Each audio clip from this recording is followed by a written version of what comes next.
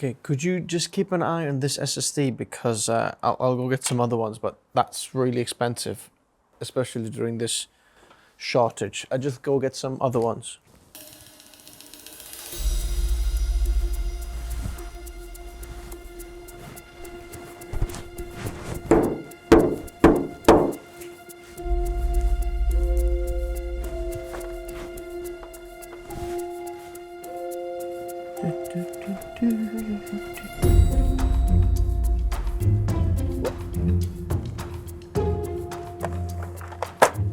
What the heck has happened here? Do you know how expensive 4 terabytes of Gen 4 is? I don't want to alarm you, but you're probably buying the wrong SSD. Now more than ever, when SSDs are so overpriced, it's important that you buy the right SSD. And I have tested over 55 SSDs, and you probably have fallen into some kind of marketing river already. So what are the actual specs that matter? Because there's a lot of marketing that really doesn't matter. In fact, they're very close to being lies. I want to show you some specs and use cases and some benchmarks that actually matter for you and your workflow. Let me help you out. It's so annoying. I don't want to pay hundreds of dollars to just change my Windows wallpaper just because my Windows isn't licensed. Well, why don't you try Hookeys? That's a ton cheaper. And if you use the code TN20, you get it even cheaper. What do you mean? How do I get it and how is it possible? Well, see this video here, or the one you're watching. Click in the link on the video description, add the Windows 11 CD product to the cart, proceed to checkout, add the code TN20 for the extra discount. So what, the Windows 11 Pro OEM key is just $23.22?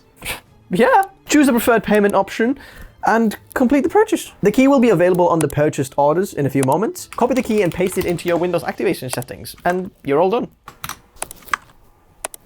Oh, that was easy. Is that Ryan Gosling? No. Anyway, by the way, the same discount code also works website-wide, so go check out other products, maybe like Microsoft Office.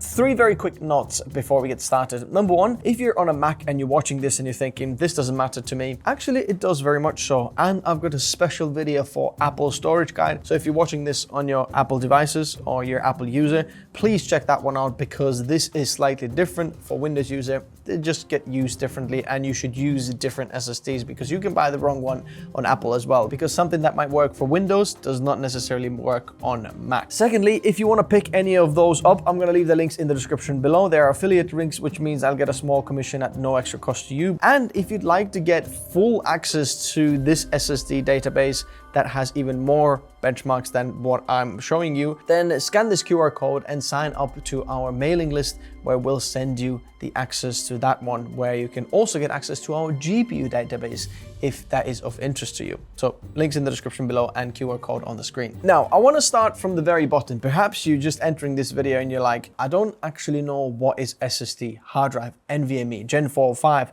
6, what's going on? Maybe you've all heard and seen hard drives. And the hard drive speed, what you get from the SATA connection with your PC is roughly around 300 megabytes per second. That's the best ones that are out there. 300, maybe slightly over, that's that one. Then the next level up, what we get is the SATA SSDs. These SSDs here, 2.5 inch, you've probably seen, they used to be on laptops, not anymore, but they're still useful in a lot of use cases. And these SSDs can go up to 600 megabytes per second, which is double the speed of the hard drive. Next step up, we've got NVMe drives. You've got your first generation NVMe drives and second generation NVMe drives that had, 1,000 and a little bit more. I remember when I got my first Samsung 950, let me show you this one here. Samsung 950 Pro, that goes roughly around 1,500 megabytes per second, something like that. But you might have heard Gen 3 NVMe SSDs, and the Gen 3 NVMe SSDs or something like this Samsung 980, and this goes around 3,000 megabytes per second, 3,500 megabytes per second, up to that speed, which is a huge performance increase from the SATA, 7 times faster. Now, going to Gen 4, In fact, that is a pattern here. We start to double the speed. Gen 4, you get your Samsung 990 Pro, for example, that's a Gen 4 drive. We're getting up to 7,000 megabytes per second. Then now we have Gen 5, and this is the Samsung 9100 Pro, which is going for up to 15 gigabytes per second. So 3,000, that's 3 gigabytes per second, then 7,000, and then 15, it doubles. And then Gen 6 doubles again, but we're not there yet. Stick around if you want to see that. The reason why knowing the generations is very, very important is because your motherboard, your PC, also has a slot that has a generation. Now, the slot generation and the SSD generation, if they go together, you get the best speed. But sometimes your SSD is faster than your slot allows, then you're going to be limited to the slot speed. But your SSD can still be faster. For example, if your motherboard slot, you've got something from ages ago and it's got a Gen 3 NVMe slot. If you plug in a Gen 5 NVMe, it's still gonna work, it's still gonna show up, but you're not gonna get the full 15 gigabytes per second speed. What you're gonna get is Gen 3 up to 3,000 megabytes per second speed. But your SSD is still going to be faster. How is that? Because with every generation, the controllers of the SSDs and the NAND actually gets updated as well, which means that the random read and write speeds will get faster. So having a Gen 5 NVMe on a Gen 3 slot is still faster than a Gen 3 NVMe in a Gen 3 slot. The second thing about the M.2 slots is that when you've got a Gen 5 NVMe slot on your motherboard, you might lose bandwidth to other components in your PC. So very important to know which slot you're going to plug this into, because not everything is a good idea. Check your motherboard manual if you want to make sure. So let's address the marketing lie. So on the box, you might see these big numbers like 10,000 megabytes per second, which is sequential read and write speed. So you're reading something just sequentially rather than random read and write all over the place. Now, the problem with that is that is not really what you're going to see in your use case. And everybody's talking about the faster speeds, but the thing is, you're never going to reach the top speed in city traffic, if that makes sense. So when you're seeing these maximum read and write speeds on the box, this is not the full story of that SSD and not necessarily faster in your use case. I'll show you that in a minute. But what I have here is the sequential read and write speeds. This here is the read speed, and you can see that the fastest drive that I have ever tested is the Phison E28 reference model that I got sent for a review, and that is the fastest read I have ever tested. But anything Gen 5 high end, as you can see this bit in there, they're very, very much similar. And you can see then you've got a lower end Gen 5 right over there. And then you've got Gen 4 of 7,000 and everything in there. There's over 55 SSDs in there. And you can put them in a place like that where we say that the Solidigm P44 Pro, that drive over there, is 50% slower than the Kingston Fury Renegade over there, for example, but that's not really the use case scenario here, what you'll actually see. So in terms of read speeds, you can see that this upper part here is where we have Gen 5. So this is the top end Gen 5 there, and then how they slowly improve to Gen 5. And this is the top end of Gen 4, very, very plateaued. And you're never gonna see these read and write speeds. I'll explain that in a minute. But I wanna show you the write speeds as well.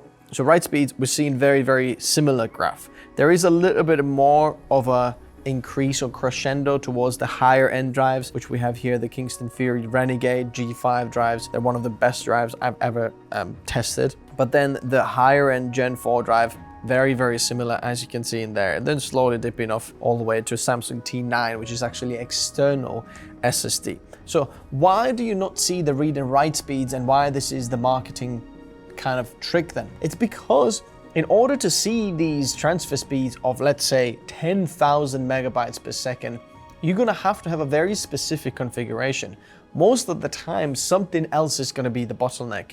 Your interface, where you're gonna be transferring these files from, because not very often are you transferring within your own PC files from one NVMe SSD to the other one. If you're transferring them outside the PC or to another PC or to a network drive, NAS, somewhere else, then that is going to be the bottleneck for you. Or external, whatever solution you're using, even Thunderbolt 5 is not going to be fast enough. Thunderbolt 5 goes up to 7,000 megabytes per second, but some of these here are going 10,000 megabytes per second. Even if you have, let's say, 2 Gen 5 drives in your system, transferring between them, your File Explorer might be the bottleneck, and you're still not going to see that speed in there. So they're very, very theoretical, and in some use cases, yes, you can see them, but 99% of the people like you and me will never see them. But if you want to see some people who find those speeds, you can find them in the comment section below. If you've seen this before and you are subscribed, double tap the screen right now. But if you haven't subscribed yet, then you're part of the 80% that are watching the videos but are not subscribed. Consider subscribing so you don't miss the future uploads. But what about cooling the different drives? Because as you can see, some of the Gen 5 drives have ridiculous cooling on here. So this is the MSI Spatium M570 Pro frozen 2 terabyte drive. And it's got the biggest heatsink that I have ever seen on it. Some of them you can even get liquid cooled, but this one here has 3 heat pipes inside this to cool this SSD down. And this is a little bit of a trend. Now, if you go in with Gen 5 drive, the cooling is more important than ever, and you can't just slop it into any slot and just think you're all good. What I would say is if you're on a Gen 3 or Gen 4 drive, your motherboard cooling on the motherboard for the M.2s will be plenty enough. There are some motherboards that do it better, especially if you've got double-sided M.2 SSD where you've got chips underneath as well, then you want to make sure that these are cooled underneath as well. But when it comes to Gen 5, you really want to make sure that your cooling on the motherboard is adequate. If not, then get a drive that already has a heatsink on. For example, I really like the Samsung 9100 Pro drive that has the heatsink because that is a very, very slim heatsink that even fits underneath your GPU. But not every SSD fits underneath your GPU, if that makes sense. So make sure that your cooling is adequate. I would say that if your M.2 Gen 5 slot is not cooled underneath as well, it's not enough cooling, and you probably want to look at external cooling solutions or buy an external one. If you want to check some out, I'll leave some in the description below. Now, you might have also heard that remove the sticker on the M.2, because whatever M.2 you have, there's going to be some kind of sticker on it. Highly recommend not removing that, because really you're going to lose your warranty, and often that sticker is a heat spreader as well. So do not do that. So if we're looking at this Teamgroup here, this is T-grade classic. This is Gen 3 NVMe actually, but this sticker on the top over here is actually, I think, aluminium or some kind of metal, so it actually uses it as a heat spreader. So this is a good thing. Do not take them off. And when it comes to NVMe SSD sizes, that is also a very important thing, especially if you're thinking about upgrading your laptop SSD. Now, the very common 2 types of NVMe SSD sizes are 2230 and 2280. So the 22 stands for the millimeters in width, and then the length is what you see on the second 2 digits or the third and fourth digits. So this is 2230, so 30 millimeters long, and this is 80 millimeters long. Some of the laptops that you have, for example, this PX13 in here, only has 2230. So one of these SSDs goes in there, which means that you can't upgrade it to that type of SSD. Nor can you go above 2 terabytes at this point of me making the video. I hope we're going to get some upgrades in the future where we get more than 2 terabytes into the 2230. This also goes into your handheld consoles or something like that. So there's also SSD enclosures that these can go inside, but make sure that wherever you're upgrading SSD, it's got the right size, especially on a laptop, because some of the NVMe's are dual-sided. For example, this T705 Crucial one has chips on both sides. And not all laptop chips allow cooling, or even chips underneath as well. So you might have to install a single-sided NVMe on the laptop. So just bear that in mind. Now let's move to some benchmarks that actually matter, because I've seen some videos online where people saying, get this NVMe or this SSD because it's faster, it's 15,000 megabytes per second. That is not really truthful. In fact, a lot of the times this is just fake benchmarks, okay? Because I hope you understand that at this point, this is not true. But what I have here is a quick system benchmark. What this test does is it takes the SSD and tests it as a secondary drive. When you just have one drive on your system already where your operating system and programs are on, for example, and you're using the secondary drive, perhaps also on an external SSD or some kind of a secondary drive where your secondary files live on, not the main files, okay? The secondary drive is used lots of random read and write speeds all over the drive, and it's tested in that way where you're doing light workload on a secondary SSD. And as you can see, if you don't see these numbers, they're too small for you, then scan the QR code and go check them out yourself so you can actually dive a little bit deeper in there. But on top of the charts there, we've got Kingston Fury Renegade and Crucial T705. They are one of the best ones on the top there. The first Gen 4 drive we've got is somewhere over here, and that is the Samsung 990 EVO, which is interesting. It's not DRAM cache drive, it's a host memory buffer drive. But on this graph here, it's a little bit easier to see that you've got some very high-end Gen 5 drives right on the top there, then slightly slower, a couple of percent slower, doesn't really matter in terms of performance. And then they slowly start to trickle down until you get to the Gen 4. And as you can see, between Gen 4 and Gen 5, there is about 25% difference. So this is 25% roughly what you're seeing in there. But the secondary drive as well, not all drives need to be DRAM cache drives. Yes, there is certain workflows where that is important, but I would say that this 990 EVO, for example, in there, and some of the later updated Gen 4 drives that don't have DRAM cache are performing very, very well in this test over there. Now, these are the benchmarks that are the most important for everybody to see. This is the peak of the video, basically, because we're looking at full system drive and programs. So that's where your operating system, whether you're running Windows, Linux, whatever, or your programs are running on. That's where they live. And the faster the drive in here is not necessarily the sequential fake speeds that you've seen online, but these are the random read and write speeds, because your operating system has to read and write lots of tiny, tiny little files all over the drive at all times. Whenever you're opening the project or opening a program, doing something, it writes all sorts of these things. And the faster the drive is, the snappier your whole system, your programs, the whole system feels. What we can see here, yes, there is a difference between Gen 3 and Gen 4, but if we are looking at the Gen 4 high end, which is roughly over there, then we can see that this is around 30% slower than the absolute best what we have in there. So look at the pricing and see if that really is necessary for you to produce extra heat and get the extra performance. That might not be necessary for you. But for some people who are asking the absolute best, I can see that the Kingston Fury Renegade is right on the top of the charts there. They're just the best. But bear in mind,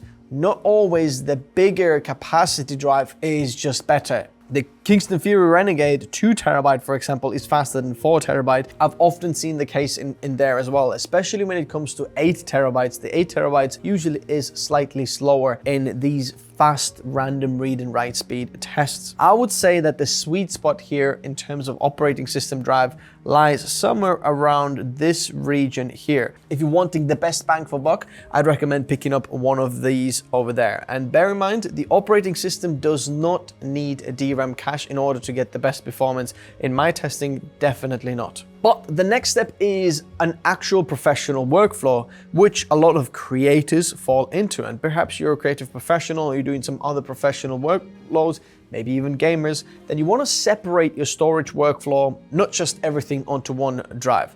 In fact, if you'd like to see a full 2026 updated guide for storage workflow, then let me know in the comment section below. I'll make sure that I'll up that list. But there is a few years old video, just to give you an idea. Go check that video out, storage workflow guide, where you can find out how you should lay out storage and have it in differently. Now, I have actually improved and using it slightly differently since then, but perhaps you're interested in this, let me know in the comment section below. But what this test does over here, that this is the drive consistency test. This takes the drive to the absolute limit, and I really mean that. This drive writes over 20 terabytes of files on it. It fills the drive multiple times, empties it. This test takes over 20 hours to complete. What this test really does is hammers the drive with big files at all times and sees how good does the drive keep up with, even after a few times writing on it and keeping on it. And when it's hot and it's just written a couple of terabytes on it, for example, let's write some more on it. How well does the consistency test work in there? Now, this test performs very well with drives with larger capacity and with DRAM cache. So if you've got DRAM cache, you'll see a better performance because it just helps the read and write consistency speeds to keep going. Also, if you've got a larger capacity drive, then usually your SLC cache buffer is larger. I'll explain that in a minute, which means that it can sustain those larger and faster speeds for longer, which means your drive will just be faster. But in here, the absolute best drive that is by far the best is the Kingston Fury Renegade G5 4TB drive. That's absolutely insane. And now they even have a 8TB version available. There is the other ones, Crucian T705. There is T710 now available as well. And then Samsung, very, very close in the bottom in there. But the high-end Gen 5 drives do perform quite a bit faster in there. Regardless, if we're looking at the best Gen 4 drives, then we're looking at the KC3000, which is at this point right over there. And that is roughly around 48% slower. So if you do need this big consistency test, then the Gen 5 drives are truly better because that is 48% slower there, the best Gen 4 drive. In fact, they're both Kingston drives. So the 4TB Kingston KC3000 and the 4TB Kingston Fury Renegade G5 is almost double the performance here, which is ridiculous speed. Now, this is very important to check out as well because sometimes you see a cheap drive, let's say the NM790 from Lexar or something like that, but then you see that they don't perform quite as well. In fact, looking at this MSI Spatium M570 Pro, this is a Gen 5 drive, but is not particularly performing well in this test. Now, that does not mean that this drive is bad. I would say that this drive is very good for your operating system, but for a consistency test, let's say you're a big videographer or 3D renderer, you've got large assets on there, you're ingesting files, you've just come back from a big cinema shoot or commercial shoot, you're loading loads and terabytes of files from your cinema cameras, then having a drive like that perhaps is not the best, and going with a higher end Gen 4 drive like the KC3000 from Kingston over there is actually a better option. Oh, that's 990 Pro. This one over there is actually a better option there. So bear that in mind. If you're wondering what is good for creators, and if you want a drive for your project drive, for example, if you're looking for a secondary drive that you're using for project drive where your assets live on, then I would say that try to combine the consistency test and the previous full system benchmark test together, and then find the drive that performs best on both of those, and then that would be the good for you. Because in some ways you're writing large assets onto the drive, but at the same time, if you're running all the assets and it's writing temporary files onto there, which is not ideal, you should have a cache drive as well, you might also benefit from having fast random read and write speeds. So a cache drive, should you have it? I think if you're a creator, you should have it. Having a separate cache drive actually can speed up your workflow where temporary files live on. So you're not bottlenecking your actual project drive, but you're putting them somewhere else. If you don't know how to set up, let me know in the comment section below. Now, I want to talk about something very important, which is terabyte written spec, and this is endurance. This perhaps is one of the most important specs about the SSD, because you might have seen some previous tests and, oh, this drive is performing well, but then you get to this point and you realize, ooh, that is not a good fit for me. What is a terabyte written spec? Every SSD has a lifespan and it's rated on the terabyte written spec, which means how many terabytes can you write onto the SSD and then delete them until the SSD goes kaput. That's the end. They can't do that because SSD consists very, very molecular level with some cells, and those cells can be rewritten over only a certain amount of times. And that's why different SSDs with better quality have a different terabyte written spec. The higher the spec is, the longer it can last. Often manufacturers give you the same warranty time, like 3 to 5 years. I haven't seen much longer than that. But during that time, there is a terabyte written spec, which really speaks volumes about the drive endurance and how big of a tank the drive is. And this is especially important for creators. If you're ingesting large files at all times, very, very often, maybe you're coming from a shoot and you're writing big files on it, then your SSD health gets written over a lot faster than just someone who uses games, for example, and just puts the games, they live on it, and it does not get written over as much. Bear in mind, it's both the same whether it's written or read. So it's exactly the same type of spec for writing and reading, if that makes sense. As you can see here, some of these drives have a much higher terabyte written spec. I just want to mention that the industry standard, what you usually see, that Samsung or Western Digital across their normal drives, is somewhere around here.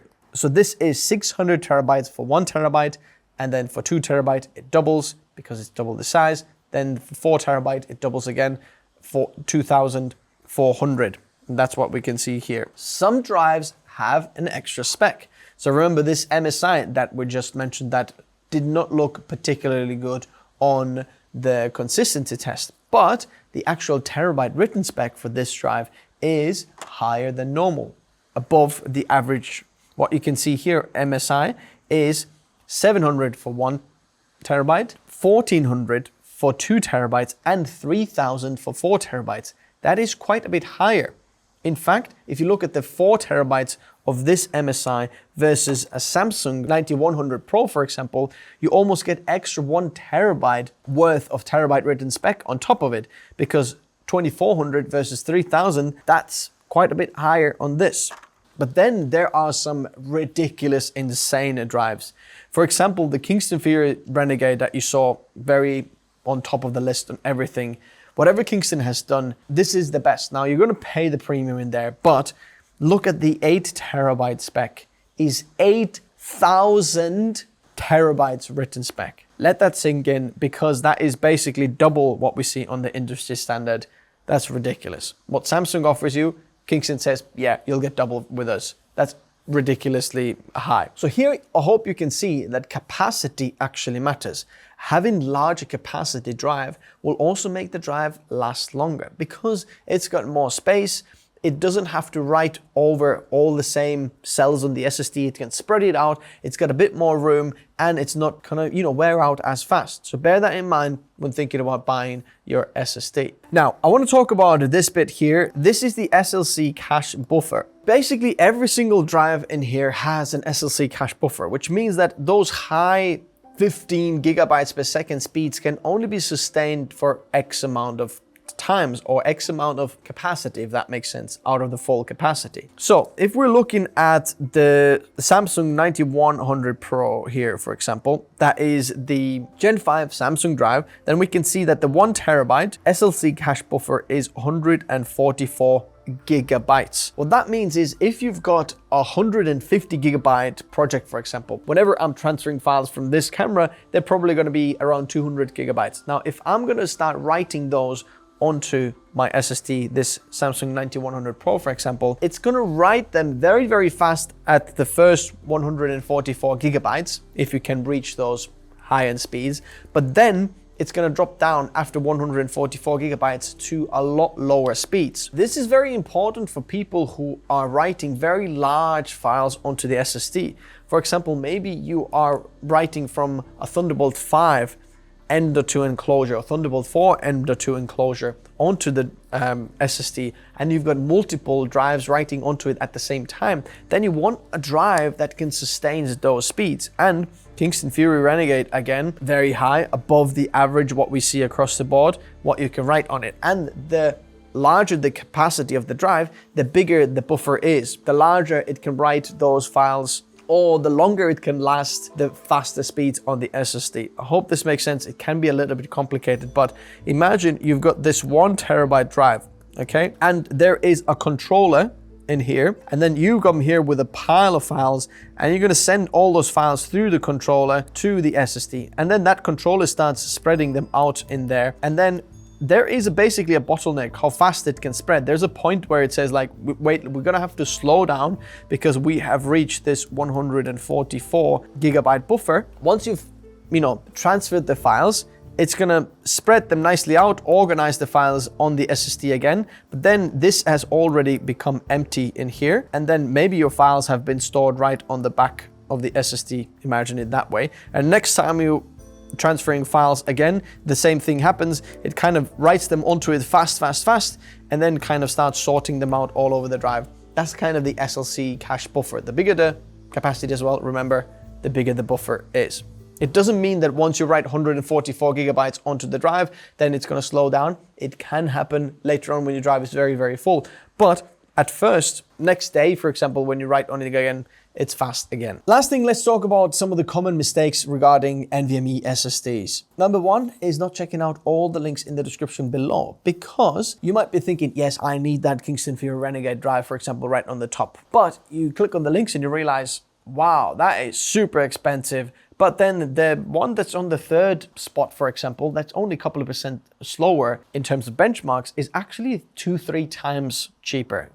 Or vice versa. Maybe some of the higher end drives are actually cheaper than what you think you can afford. So highly recommend checking out the pricing on a few drives to make sure that you're not getting ripped off. Second one is slot PCIe switching. Sometimes people slot it onto the wrong slot and then they lose bandwidth on the GPU, for example. I mentioned this earlier, but it's very important to do that because I've seen some other high-end creators, YouTube creators building PCs, and I can see that they're going to lose bandwidth on the GPU because they've just put it on the wrong slot. So if they're making the mistakes, I can make the mistake, bear that in mind. Another one is SATA M.2 SSD. Now, it might look very, very similar like this, but it's actually a SATA connection. Make sure you're not buying SATA NVMe because you can get the same SSD as this, but this form factor, but it's not always compatible, or it's very limited compatibility. But sometimes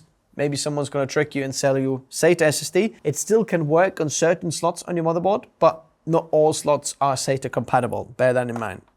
Another mistake I can see people make is they buy too small of storage solution. So they want to save as much as possible.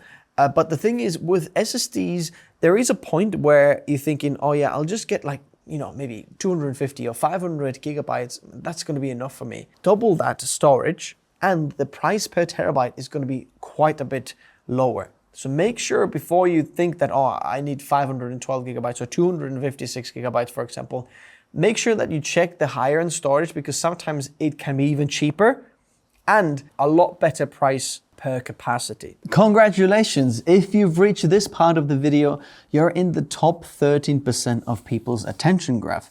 And there's more than 50% chance that you seeing this means you're not subscribed. So consider subscribing, hitting that bell icon, liking the video. It would mean a world to us. If you'd like to get detailed access to our internal benchmark database of CPUs, GPUs, SSDs, and so on for creators, then may I invite you to sign up to our newsletter where we send out relevant information a couple of times a month when there is information. I'm not interested in flooding your inbox.